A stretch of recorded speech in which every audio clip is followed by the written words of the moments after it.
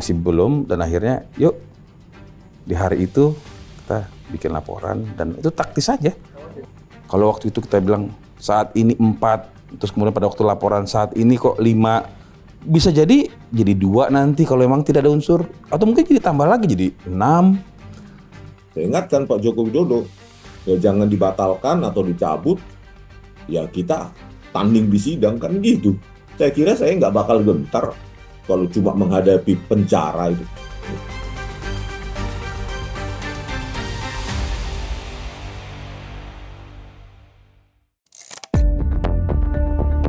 Di tengah derasnya tuduhan ijazah palsu yang kembali beredar di media sosial, Jokowi akhirnya mengambil keputusan. Ia membawa kasus ini ke ranah hukum, sebuah langkah yang menandai babak baru dalam polemik lama yang belum berkesudahan. Karena merupakan delik aduan, laporan ini harus diajukan langsung oleh pihak yang merasa dirugikan. Jokowi pun melaporkan 5 orang berinisial RS, ES, RS, T, dan K. Mereka dilaporkan atas dugaan fitnah dan pencemaran nama baik dengan sangkaan pasal 310 dan 311 KUHP, serta 27A, 32, dan 35 Undang-Undang ITE. Saat membuat laporan, Jokowi juga menyerahkan sejumlah barang bukti kepada penyidik, termasuk ijazah dari jenjang SD hingga kuliah di Universitas Gadjah Mada. Jokowi juga mempersilahkan penyidik melakukan pemeriksaan digital forensik untuk membuktikan keaslian dokumen-dokumen tersebut. Kuasa hukum Jokowi menyebut Jokowi sudah lama bersabar, tapi karena tuduhan terus berulang tanpa dasar, jalur hukum pun ditempuh. Jadi artinya sebenarnya ini Pak Jokowi begitu sabar ya.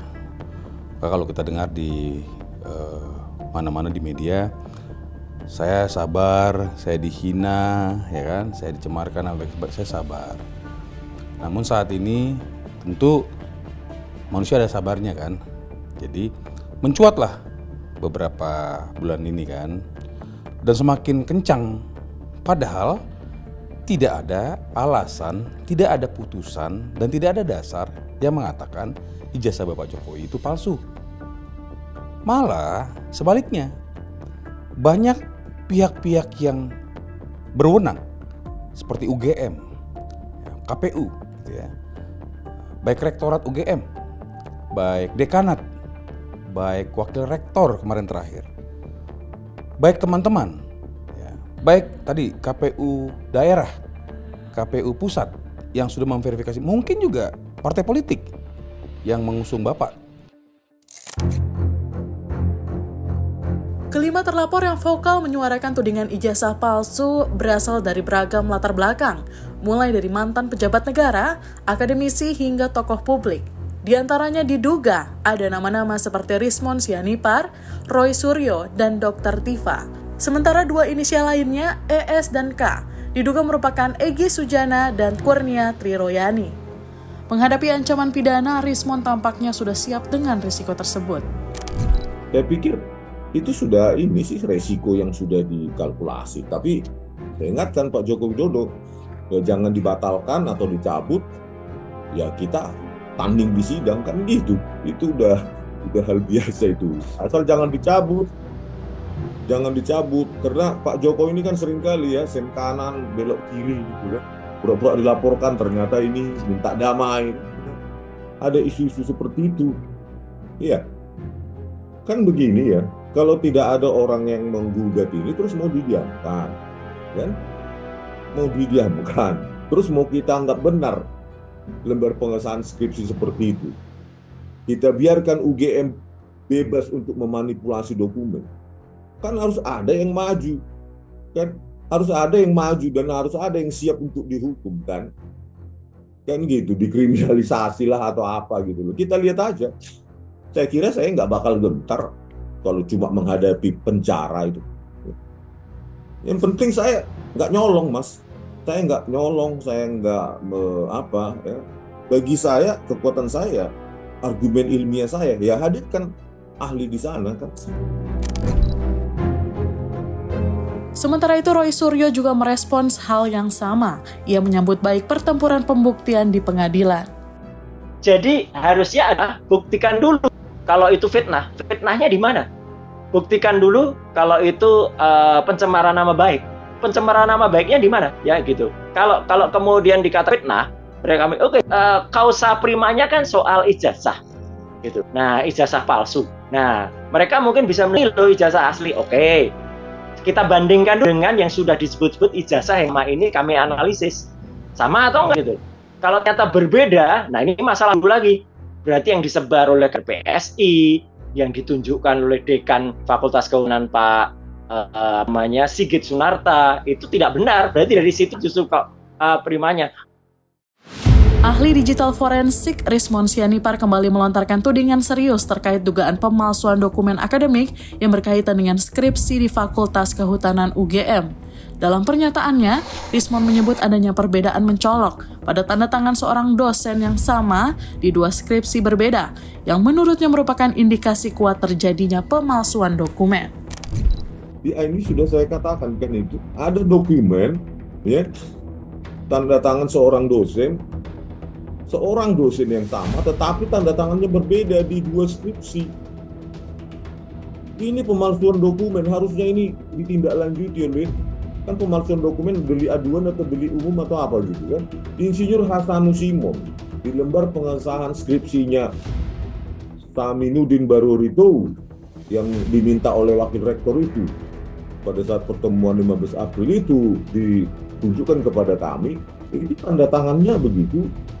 Tetapi di skripsi lain atas nama Suharman, ya, tanda tangan Insinyur Hasanus Simon jauh sekali bedanya. Ini udah pemalsuan dokumen oleh oknum UGM.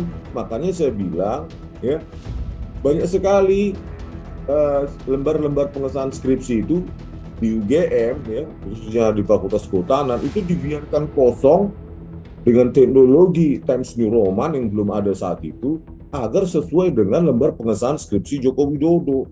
Kosong, Mas, tanpa tanda tangan. Gitu loh. Inilah makanya saya bilang, UGM juga harus berani jujur.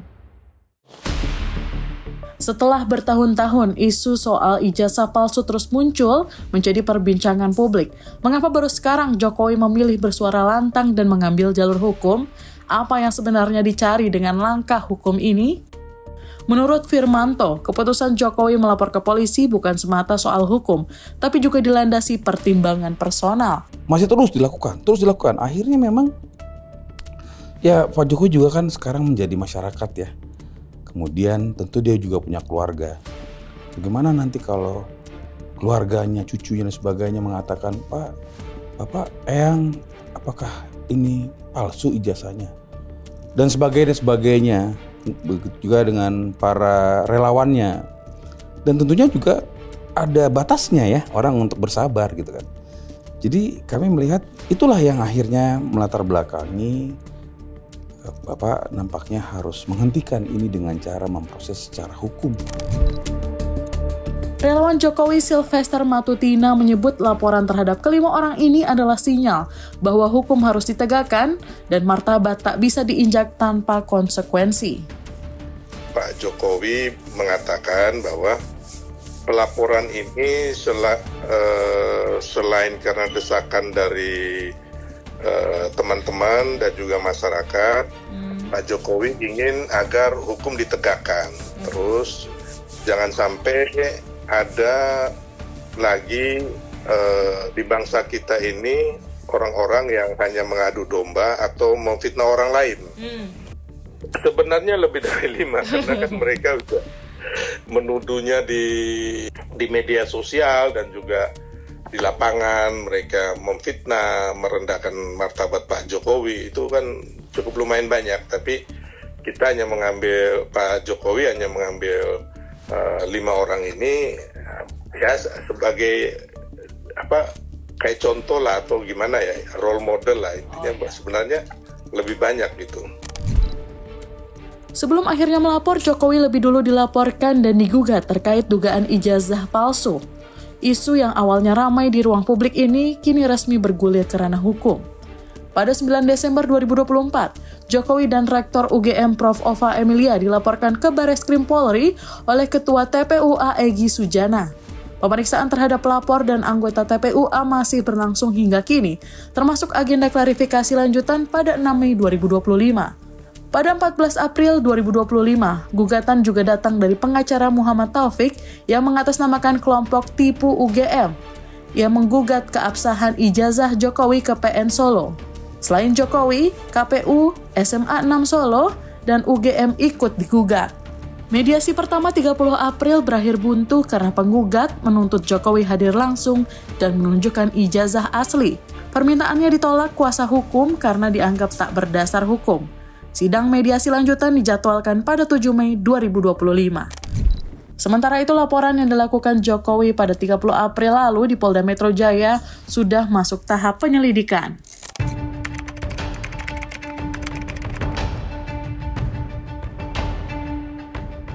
Ini pertaruhan pada polisi, bahwa polisi mampu bertindak proporsional dan profesional.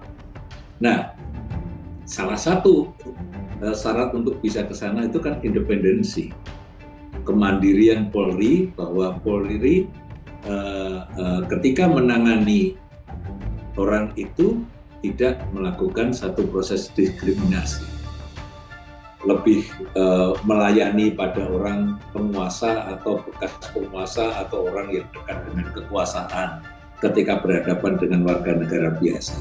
Justru ini sekarang pertaruhannya polisi wajib bertindak independen, hanya akan menegakkan hukum untuk memperoleh kebenaran, sehingga kegelapan yang tertutup tabir bisa tersibak, sehingga yang terjadi adalah terang benderang. Nah, itu prosesnya kan proses pengujian pembuktian, itu saja. Jadi itu saja syaratnya. Tapi ini Pak harus berlandaskan alat bukti. Dah. Pelaporan ini bisa jadi titik akhir polemik panjang atau justru pintu masuk ke babak baru yang lebih panas. Semua tergantung pada sejauh mana proses hukum mampu menjawab suatu pertanyaan sederhana tapi krusial. Ijazah itu asli atau palsu?